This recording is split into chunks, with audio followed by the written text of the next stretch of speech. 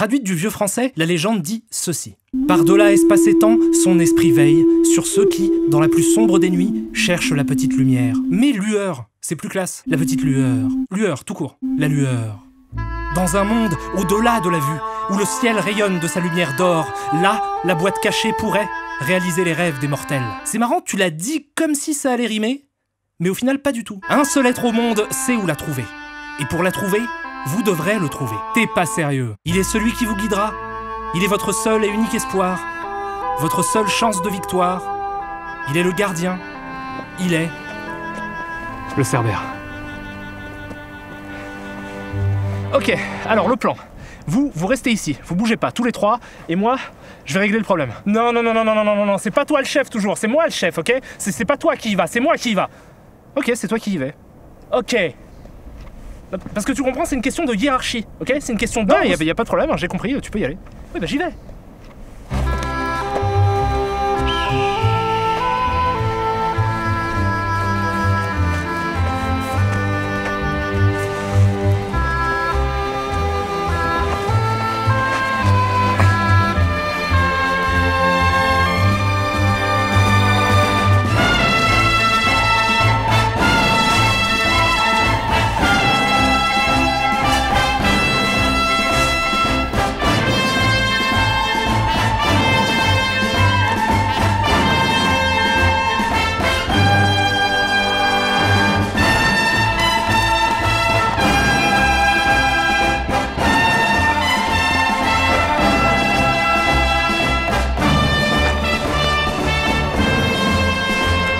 On ne bouge plus.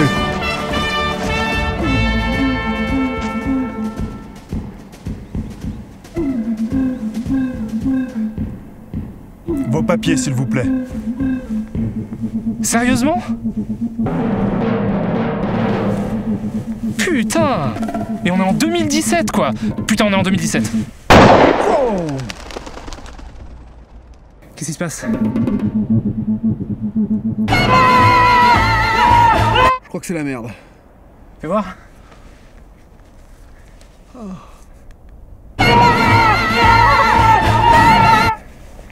Effectivement, c'est la merde. Ah, putain de merde. Fais chier, on y était presque.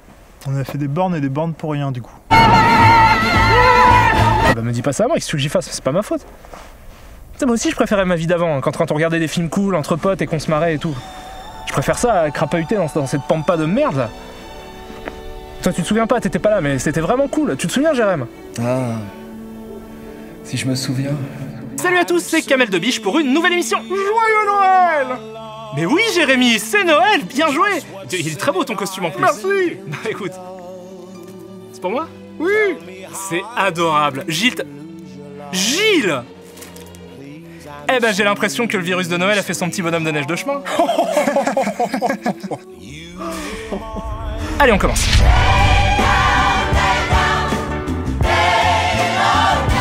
Donc, Gremlins, c'est une comédie horrifique américaine sortie le 8 juin 1984 aux États-Unis, produite par Steven Spielberg, Yes! écrite par Chris Columbus, Yes! Ah non, je m'en fous. et réalisée par Joe Dante, génialissime réalisateur, scénariste et producteur américain dont la filmographie est aujourd'hui considérée comme une des pierres angulaires du cinéma fantastique populaire des années 80 et 90. Une carrière super méga giga tip top intéressante qui mériterait des heures de soliloque que nous n'avons pas. Par contre, ce qu'on a, c'est un débit de parole élevé et des jingles un peu cheap. Vous êtes chaud? Ça va. Alors, Joe Dante naît en 1946 à Morristown dans l'état du New Jersey et se passionne pour le cinéma dans les années 50 et 60 en fréquentant les salles obscures où il développe un amour pour les films d'horreur et de science-fiction de cette époque-là, notamment en participant à ce que les États-Unis appellent des matinées, soit des projections destinées aux enfants et aux adolescents organisées le samedi matin. Des projections qui comprenaient souvent un cartoon, un film principal et un ou deux épisodes d'un serial de l'époque. Donc, ces matinées et la télévision, qui devient le média dominant dans les années 60 et qui rediffuse des vieux films, vont lui permettre de se construire une culture cinématographique très riche. Culture qui s'exprime publiquement pour la première fois dans les pages de Famous Monsters of Filmland, un magazine consacré au cinéma de genre que Joe Dante lisait régulièrement. Le magazine décide de publier dans son numéro 18 une des nombreuses lettres que ce dernier leur avait envoyées et qui consiste en une liste des 50 pires films de monstres du monde. Il continue ensuite à écrire pour d'autres magazines de cinéma et organise des projections de films, ce qui lui donnera l'opportunité d'en réaliser un, The Movie Orgy, entièrement construit à partir d'extraits d'autres films, séries et publicités, qui sera projeté sur de nombreux campus universitaires à la fin des années 60 et au début des années 70. Le montage évoluant constamment entre les projections pour, au final, atteindre une durée de plus de 7 heures. Un film dont je n'ai malheureusement vu que des extraits et dont le titre m'enlève absolument tout espoir de le trouver un jour sur internet. Wow. Mais sa carrière sera réellement lancée par sa rencontre avec deux personnes. La première s'appelle John Davison, producteur américain qui a depuis bossé sur Y a-t-il un pilote dans l'avion, Starship Troopers, et qui, accessoirement, fait la voix 2D209 dans Robocop, ça c'est méga la classe. Please put down your weapon. You have 20 seconds to comply. Et le second est Roger Corman, lui aussi producteur de films de série B, qui ouvre en 1970 la société de production New World Pictures, grâce à laquelle il va pouvoir faire bosser toute une tripotée de jeunes réalisateurs tout juste sortis d'école, à qui il confie des films de genre à tout petit budget, sur lesquels ils vont pouvoir se faire la main. Certains de ces réalisateurs sont d'ailleurs depuis devenus des cinéastes de premier ordre, comme Jonathan Demme, Monte Hellman, James Cameron, Martin Scorsese ou encore plein d'autres. Bref, en 1976, John Davison fait un pari avec Roger Corman en lui promettant de produire le film le moins cher de l'histoire de New World Pictures. On Monday, Candy came to Hollywood. On Tuesday, she lost her blouse. On Thursday, she massacred 300 rebel soldiers. On Friday, she found out the bullets were real. On Saturday, she married Godzilla. Le résultat, Hollywood Boulevard, un film qui a coûté 60 000 $, est confié à Joe Dante, mais est difficilement considérable comme son premier film puisque UNU, pour des raisons économiques, le film utilise massivement des images d'autres films de New World Pictures, et le film est co-réalisé par Alan Arkush, réalisateur peu connu qui a surtout officié à la télévision sur des projets tels que Clair de Lune, la série qui a révélé Bruce Willis. Bref, même si The Movie Orgy et Hollywood Boulevard contiennent sans aucun doute la patte de Joe Dante, leur côté un peu informel me fait situer le vrai début de sa carrière un poil plus tard. 2 ans plus tard, pour être plus précis, en 1978, avec la sortie de Piranha, toujours produit par Corman chez New World Pictures, qui est un film de monstre qui surfe sur la vague des Dents de la Mer sorti 3 ans plus tôt, mais qu'il fait avec une pointe de dérision qui le rapproche moins du plagiat que du pastiche. 51. Elle est super bien. T'es super drôle aujourd'hui. Merci. Donc le petit succès de Piranha, qui pour un budget de 770 000 $ en rapporte 16 millions, permettra à Joe Dante de poursuivre sa carrière avec le très sympathique Hurlement, un film de loup-garou qui lui aussi sera un succès commercial au point d'engendrer pas moins de 7 suites. Un joli début de carrière qui le fera remarquer par Steven Spielberg, en personne, qui lui proposera de se lancer sur Gremlins et accessoirement aussi sur un des segments du film à sketch adapté de la 4ème dimension, les autres segments étant réalisés par John Landis, Steven Spielberg lui-même et George Miller. Un film qui obtiendra des critiques mitigées, La Loose, un succès correct au box-office mais plutôt décevant par rapport à ce que les studios espéraient gagner, La Loose contextualisée, et qui coûtera les vies de l'acteur Vic Morrow et de 2 enfants lors d'un accident d'hélicoptère sur le tournage du segment de John Landis. La loose absolue et totale. Par contre, c'est complètement l'inverse pour Gremlins, qui fait un carton colossal, rapportant plus de 150 millions de $ pour un budget de 11 millions et devenant très rapidement un grand classique de la comédie horrifique. Et à partir de là, Dante va enchaîner les films et les productions télévisées, toutes plus cool les unes que les autres, et évidemment j'en profite pour vous recommander vivement l'intégralité de sa filmographie, qui comprend bien sûr des hauts et des bas, mais qui contient plein de films extrêmement intéressants, comme The Burbs ou Les Banlieusards avec Tom Hanks, une satire très amusante des banlieues américaines, Matinée ou Panique sur Florida Beach, un super hommage au cinéma de genre avec lequel Dante a grandi, ou encore l'injustement boudé Small Soldiers, faux film pour enfants antimilitariste imparfait mais courageux, qui mérite très clairement une réhabilitation. Tous ceux qui sont d'accord disent aïe. Aïe. Film réhabilité. Mais Joe Dante ne s'est pas contenté de faire des films, il a aussi beaucoup travaillé à la télé, ce qui me donne un prétexte pour vous recommander 2 séries sur lesquelles il a bossé. La première s'appelle Erie, Indiana, ou Marshall et Simon en France, et raconte l'histoire de 2 jeunes frères qui doivent résoudre des énigmes paranormales dans une petite ville états-unienne. Et la seconde est un immense coup de cœur personnel, il s'agit de Police Squad, la série qui a donné les films Y a-t-il un flic, et qui est selon moi une des séries les plus drôles du monde, malheureusement arrêtée après 6 épisodes faute d'audimat. Et Rex Hamilton dans le rôle d'Abraham Lincoln. Conclusion, faut regarder ça. D'autant que si vous aimez Joe Dante, vous allez retrouver plein de traces de son cinéma dans ses séries. Bref, sa carrière est remplie de perles et je termine rapidement en évoquant son site internet Trailers from Hell, qu'il crée en 2007 et sur lequel différents réalisateurs de longs métrages commandent des bandes annonces de films. Et c'est super bien. Quoi qu'il en soit, malgré toutes ces jolies productions audiovisuelles diverses et variées, Joe Dante reste avant tout le réalisateur de Gremlins, de loin son film le plus célèbre, et ça tombe bien, parce que c'est celui dont on va parler aujourd'hui. J'ai répondu à toutes vos questions ? On n'en avait pas. On n'en avait pas vraiment. Donc, Gremlins nous raconte l'histoire de Billy Pelzer, interprété par Bernard Campan. Zach Galligan. Zach Galligan, un jeune employé de banque dans la ville de Hill Valley. Kingston Falls. Kingston Falls. Une petite ville de carte postale de l'état de New York dans laquelle la quasi-totalité de l'action va prendre place. Cet adorable endroit est le lieu de résidence d'une galerie de personnages extravagants qui gravitent autour de Billy, et que nous allons nous faire un plaisir d'énumérer. On commence avec son père, Randall Pelzer, qui gagne sa vie en vendant ses propres inventions de merde, hein, clairement on peut dire de merde. La salle de bain de poche. Sa mère, qui me donne envie de ressortir mon vieux disque de jingle publicitaire de Richard Gottener. Kate, une collègue de Billy pour qui il a le béguin, interprétée par Phoebe Cates, qu'on a déjà vu dans la sympathique comédie Fast Time at Ridgemont High, que je vous recommande juste pour l'improbable prestation de Sean Penn en surfeur débile. Son voisin, protectionniste obsessionnel qui n'accepte de consommer que des produits américains. Sacré bon Dieu de poste étranger. Et qui est interprété par Dick Miller, un acteur fantastique qui joue dans tous les films de Joe Dante et dans un tas de films de Roger Corman comme Un baquet de sang en 1959, La petite boutique des horreurs en 1960 ou encore La femme Apache en 1955, qui est le premier film où il apparaît et où il joue un cow-boy. Et un indien, Barney le chien, clairement le meilleur acteur du film et peut-être même de sa génération. Encore aujourd'hui, je suis halluciné par sa performance.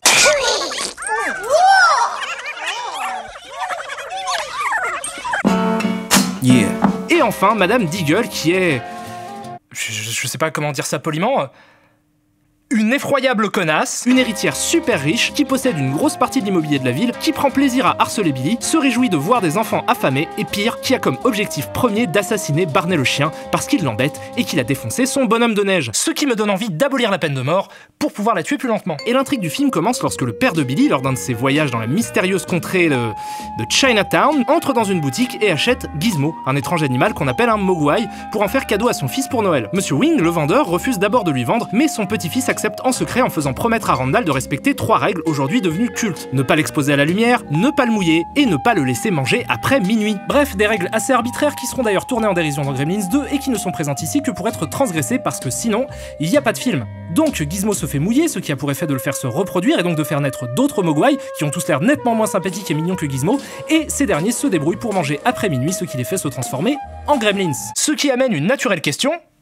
Qu'est-ce que c'est qu'un gremlin? Un gremlin est une petite créature imaginaire malveillante qui vient au départ d'une légende dans l'aviation britannique qui date de la Seconde Guerre mondiale. À cette époque, les pilotes de la Royal Air Force justifiaient les défaillances techniques de leurs avions par la présence de petits monstres qui sabotaient les machines. Le terme est entré dans l'imaginaire collectif occidental par le biais de Roald Dahl, génialissime écrivain britannique, lui-même pilote de chasse pour la Royal Air Force, qui écrit en 1943 son premier livre pour enfants, The Gremlins, qui met donc en scène les fameuses créatures. Pour l'anecdote, le livre devait au départ servir de base pour un film de Disney, mais qui sera jamais fait pour des raisons de droit. Depuis le livre de Roald Dahl, nombre d'œuvres ont mis en scène des gremlins, tels que Lapin et Lutin, un dessin animé Merry Melodies, qui met en scène Bugs Bunny qui se retrouve face à une de ces méchantes bestioles, ou encore Cauchemar à 20 000 pieds, un des plus célèbres épisodes de la 4ème dimension, tiré d'une nouvelle de Richard Matheson, dans lequel un personnage interprété par William Shatner repère un gremlin qui dévore l'aile de l'avion dans lequel il voyage. L'épisode, réalisé par Richard Donner, a été parodié plusieurs fois, notamment dans 7 épisodes des Simpsons, et sera repris dans le segment de George Miller du long métrage de la 4ème dimension. Ce qui est assez intéressant puisque la 4ème dimension et les Looney Tunes sont deux influences majeures pour Joe Dante. Donc on retourne au film qui à partir de là va nous montrer les gremlins commettre moultes exactions diverses et variées,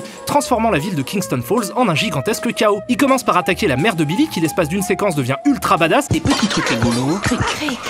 Des bidules pour l'apéro, crac crac. Des cacahuètes salées, cric salées. Donc les gremlins se multiplient, détruisent tout sur leur passage, tuent, dansent, jouent au poker, font flipper tout le monde, assassinent plusieurs personnages dont le prof de sciences de Billy et surtout Madame Deagle, qu'ils font valdinguer en trafiquant son monte-escalier, ce qui la propulse par la fenêtre de sa demeure. On pourrait s'arrêter quelques secondes sur l'effet tardis de cette maison qui contient visiblement vachement plus d'étages à l'intérieur qu'à l'extérieur, mais en même temps si ça me permet de la voir souffrir un peu plus longtemps, je veux bien faire l'impasse là-dessus et me contenter de quelques applaudissements indifférents.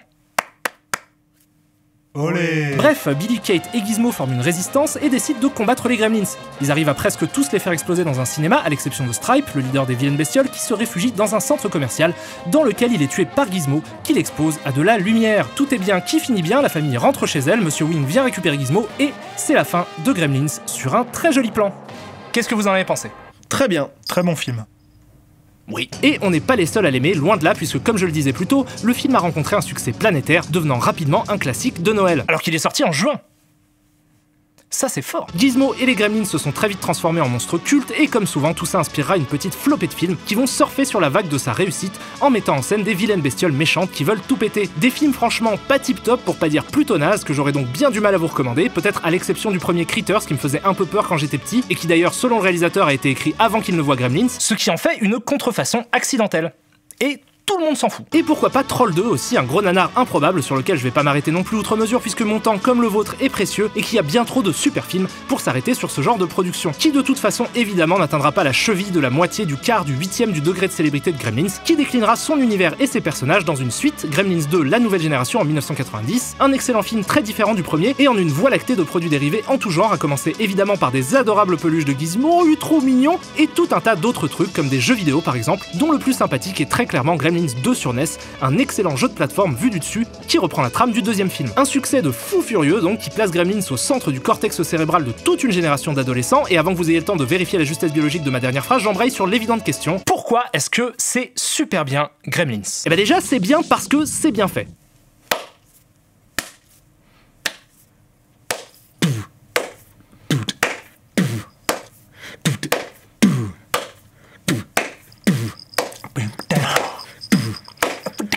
La lumière est magnifique, tout est très bien rythmé, les acteurs sont très convaincants, ils sont dans un surjeu mais qui est tout à fait justifié par le ton du film, la musique est fantastique, les effets spéciaux sont cool, les moments qui doivent faire peur font peur, ceux qui doivent faire rire font rire, c'est le top du top. du top. Tout ça justifie volontiers l'engouement généralisé pour Gremlins, mais j'ai envie d'aller un peu plus loin pour vous expliquer pourquoi ce film et son réalisateur me sont particulièrement sympathiques, et pourquoi je pense que sa filmographie a trouvé une résonance particulière dans le cœur des cinéphiles. Et comme point de départ à cette réflexion, je vais utiliser un concept que j'ai trouvé dans le très bon livre Joe Dante, l'art du jeu de Frank Lafont, qui développe une idée qu'il appelle le syndrome de Wack. Et pour vous expliquer ce qu'est le syndrome de Wack, on va parler d'un autre film de Joe Dante. Explorers. Explorers est le premier film que Joe Dante réalise après Gremlins en 1985 et il met en scène un groupe d'enfants passionnés par l'espace et les extraterrestres qui réussissent à construire un vaisseau spatial. Ils finissent par rencontrer un extraterrestre qui s'appelle Wack, dont je vous laisse apprécier le design. Wack. Qui a grandi en captant des programmes télé de la Terre et qui donc ne s'exprime qu'en citation. L'idée est très intéressante et ce que dit Frank Lafont en substance, c'est que Joe Dante lui-même souffre du même syndrome que le personnage de Wack. Et que donc il est, comme Wack, quelqu'un qui s'exprime par citation. C'est quelque chose de pas évident à voir au premier abord dans des films comme Gremlins, mais le film, comme tous les autres de Joe Dante, est surbourré de références à d'autres films. Et même cette idée du syndrome de Wack y est déjà présente au travers du personnage de Gizmo qui apprend les choses en regardant la télé. Ça nous fait une belle jambe, pense déjà beaucoup. Après tout, c'est ni le premier ni le dernier réalisateur ultra référentiel à mettre des extraits de films dans son film. La plupart du temps, on s'en sert pour accroître la sensation de réel, simplement parce que les personnages connaissent les mêmes films que nous et que donc ça rapproche un peu l'univers du film au nôtre. Dans le cas de Gremlins, ce procédé est utilisé un peu différemment, dans le sens où l'univers du film ne se veut pas réaliste et flirte souvent avec le loufoque. C'est dégueulasse cette illustration. Et donc que la présence de références à d'autres films a, selon moi, plus pour fonction d'apporter une dimension satirique supplémentaire en mettant en parallèle les films en question avec la vie des personnages de Gremlins pour en souligner l'artificialité. Les deux plus importantes références étant celle faite à La vie est belle de Frank Capra, connu pour sa dépiction idéalisée de la banlieue américaine, qui semble être le modèle à partir duquel la famille Pelzer décalque sa vie, et celle qui est faite à L'invasion des profanateurs de sépulture, qui renvoie à la paranoïa de ces personnages. Toutes ces questions sont fort intéressantes, mais ce que je viens de dire ne suffit pas à définir ce qui fait la spécificité de l'utilisation des références dans le film. Parce que ces références-là, les films qui passent dans des écrans dans Gremlins, ne sont en fait que celles qui sont visibles au premier coup d'œil, qui sont bien sûr vecteurs de sens dans la façon dont elles sont intégrées à l'intrigue, mais qui en réalité ne sont qu'une façade derrière laquelle se cache une myriade d'autres références beaucoup moins évidentes et parsemées tout au long de Gremlins déjà, mais même de tous les autres films de Joe Dante. Des détails absolument invisibles lors d'une première vision du film qui deviennent impossibles à ne pas voir dès lors qu'on a mis le doigt dessus. Des références qui concernent aussi bien des films d'autres réalisateurs que ceux de Joe Dante lui-même et qui constituent tout le sel de son cinéma. En faire une liste exhaustive mais totalement impossible, mais on peut quand même essayer de souligner 2 ou 3 trucs. L'action du film se déroule dans la ville de Kingston Falls, cela fait probablement écho à Bedford Falls où se situe l'action de La vie est belle de Frank Capra. Un magnète en forme de smiley est accroché au frigo dans lequel Billy va chercher de la nourriture pour les mogwai. Dans Hurlement de Joe Dante, les smileys indiquent la présence de loups-garous. Le docteur de la ville s'appelle le docteur Moreau, en référence à L'île du docteur Moreau, un roman de H.G. Wells adapté plusieurs fois au cinéma. Le cinéma projette les films A Boy's Life et Watch the Skies, les titres provisoires utilisés respectivement pour E.T. et pour Rencontre du troisième type de Spielberg. Une des inventions de Randall est un presse-agrumes mécanique et lorsque Billy veut se faire un jus d'orange, on entend quelques notes de musique qui rappellent la musique d'Orange Mécanique de Stanley Kubrick. Et je vous parle même pas des posters de films dans le fond, là il y a celui de Mad Max 2, là il y a celui de la 4ème dimension, des magazines de cinéma, bref, il y en a plein. Et encore, là c'est juste quelques références dans Gremlins, mais elles sont si présentes dans la filmographie de Joe Dante qu'elles deviennent presque un décor à part entière dans lequel les personnages évoluent. Et c'est ça qui selon moi est fantastique chez Joe Dante, parce que ces films sont des films dans lesquels on propose aux spectateurs d'être actifs, de jouer à décoder cette immense toile d'images qui renvoie à d'autres images, ce qui est une expérience jouissive et surtout extrêmement gratifiante puisque le film récompense notre curiosité et donc notre implication dans son univers. Et plus on fait l'effort d'aller vers le film, plus on comprend que la simplicité apparente de son intrigue cache, au-delà des références, un réseau extrêmement complexe de signes et d'indices. Tenez par exemple, prenez ce plan. Au premier abord, vous vous dites, ah bah ce personnage se balade dans un quartier populaire et il y a quelqu'un qui a eu un petit accident de bagnole. Mais en réalité, ce plan est un plan annonciateur de ce qui se passera plus tard dans le film. Parce que cette voiture est une voiture américaine des années 70 de marque AMC qui s'appelle... Is it Pinto, Vega or Gremlin? Gremlin! That's right! Gremlin has the lowest list price! You have won our grand prize! Elle est éclairée par un néon vert qui est la couleur des Gremlins sur un fond rouge qui renvoie au chaos qu'ils vont déclencher dans la ville. Bref, voilà, c'est pour ça que j'aime Gremlins, parce que c'est un film fait par un cinéphile. C'est un film qui est traversé d'un amour sincère pour le cinéma, qui me fait aimer le cinéma. C'est un super film, y a aucun doute là-dessus, c'est un classique total et infini, et c'est un honneur de consacrer notre premier épisode à un tel chef-d'œuvre. Je pense que ici tout le monde est d'accord, vous êtes d'accord? Ouais, c'est mon film raciste préféré. Pareil. Voilà, donc on va pouvoir conclure là-dessus, c'était Kamel Debiche pour Chroma, et on se revoit dans un mois. Ciao! Attends quoi? Oui, alors donc on reprend. En fait, Gremlins, malgré son certain succès fulgurant, a subi nombre de critiques diverses et variées au cours des années.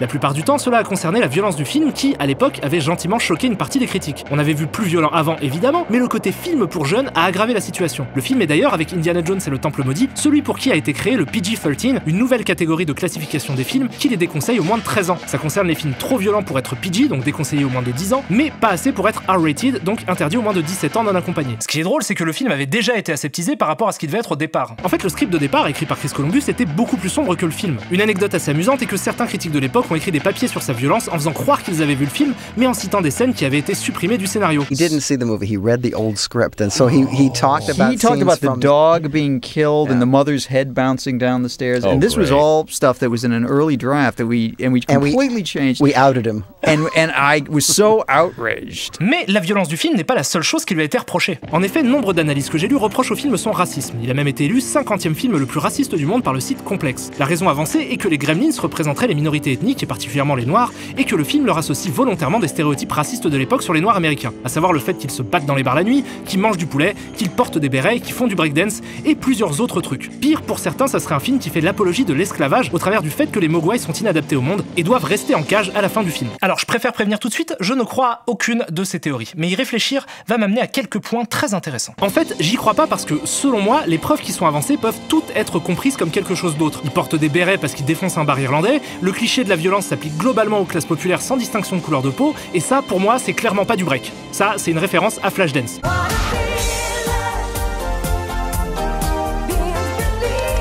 Bref, malgré tout, je comprends la démarche initiale dans le sens où la dimension de satire sociale du film et sa construction renvoient de façon évidente à la fable, et c'est tout à fait normal de le comprendre au travers d'un prisme de symboles. Moi-même, j'ai ma théorie sur le sujet, je pense simplement que les Mogwai représentent les enfants et que le film dit que si on les élève sans respecter certaines règles, en leur donnant à manger n'importe quand, en les laissant passer la journée dehors ou en les lavant, on les éduque mal et ils deviennent des méchants petits rebelles qui veulent tout casser. Ça, c'est ma théorie à moi qui est pas forcément la bonne, mais qui est celle que je défends. Mais même cette théorie-là n'est pas une fin en soi, puisque je pense qu'elle ne suffit pas à comprendre complètement les implications morales du film. Et pour ça, je vais revenir sur son scénario original écrit par Chris Columbus. Comme je vous l'ai déjà dit, le scénario était beaucoup plus violent et il existait quelques différences avec le film. Gizmo, au départ, devait se transformer en Gremlins comme les autres. C'est Spielberg qui a eu l'idée d'en faire un personnage important et lui et Joe Dante ont rendu le film moins violent. Dante y ajoutant une dimension satirique en s'inspirant des Looney Tunes dont il était fan. Et c'est là que, selon moi, le film trouve son sens et sa spécificité. Parce qu'ajouter cette dimension cartoonesque au film et lier ça aux Gremlins, qui transforme l'univers du film en chaos burlesque, a aussi pour effet de les rendre beaucoup plus sympathiques pour les spectateurs, et les rapprocher aussi de Joe Dante lui-même, qui explose dans un feu d'artifice de pop culture anarchique. Par ailleurs, il faut ajouter à ça que l'univers de départ du film est bourré de dysfonctionnements,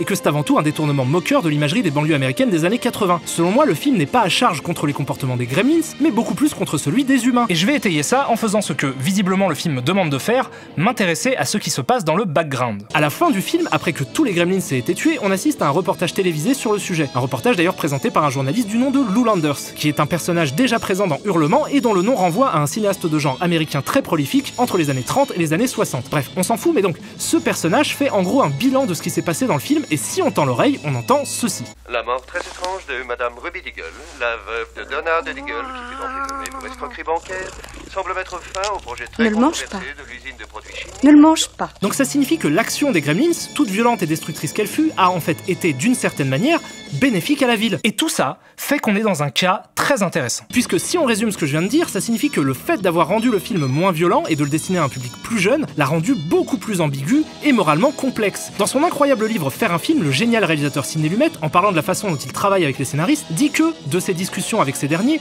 naît un troisième film. Pas celui que le réalisateur a en tête, ni celui du scénariste, mais un autre film. Le cinéma est un art collectif. C'est sûrement le truc le plus évident du monde à dire, mais ça signifie aussi que le sens d'un film peut être altéré par tous ceux qui jouent un rôle conséquent dans sa fabrication. Ça veut dire que le scénario ultra-violent de Columbus, la cinéphilie de Joe Dante, l'envie de Spielberg de vendre des peluches, le thème musical enjoué de Jerry Goldsmith, les choix de lumière, de montage, tout cela participe à créer le sens du film. Et il arrive parfois que les astres s'alignent dans une magnifique harmonie et produisent un film intéressant, drôle, beau, bref, top cool, méga chouette. Et c'est très, très réjouissant. Vive Gremlins, vive Joe Dante, vive les bons films. Gilles, je te laisse conclure. Joyeux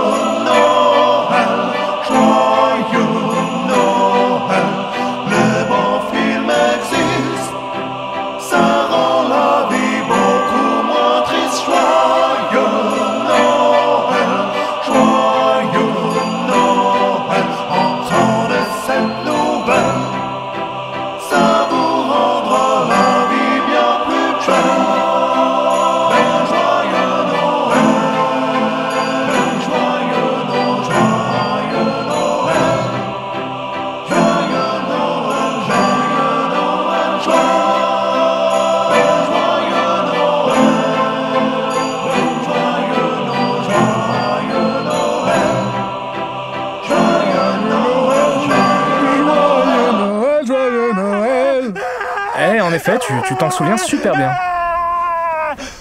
Ça va? Ça fait super mal! Putain, je suis désolé, mec, je sais que c'est de ma faute. Puis là, on n'arrivera à rien de toute façon, vaut mieux qu'on rentre chez nous et on retourne à notre petit quotidien. Notre quotidien? Connard! Et ma carrière de dessinateur de sphinx, t'en fais quoi? Comment je fais pour dessiner des sphinx avec une putain de main en moins? T'as déjà essayé de dessiner des sphinx avec les pieds? On dirait des... Répète ce que tu viens de dire. Notre quotidien? Connard! Et ma carrière de dessinateur de sphinx, t'en fais quoi? Comment je fais pour... Un sphinx? C'est un sphinx! Et il t'a dit quelque chose avant de te tirer dessus? Il m'a demandé mes papiers. Je crois que je sais quoi faire. Vos papiers, s'il vous plaît.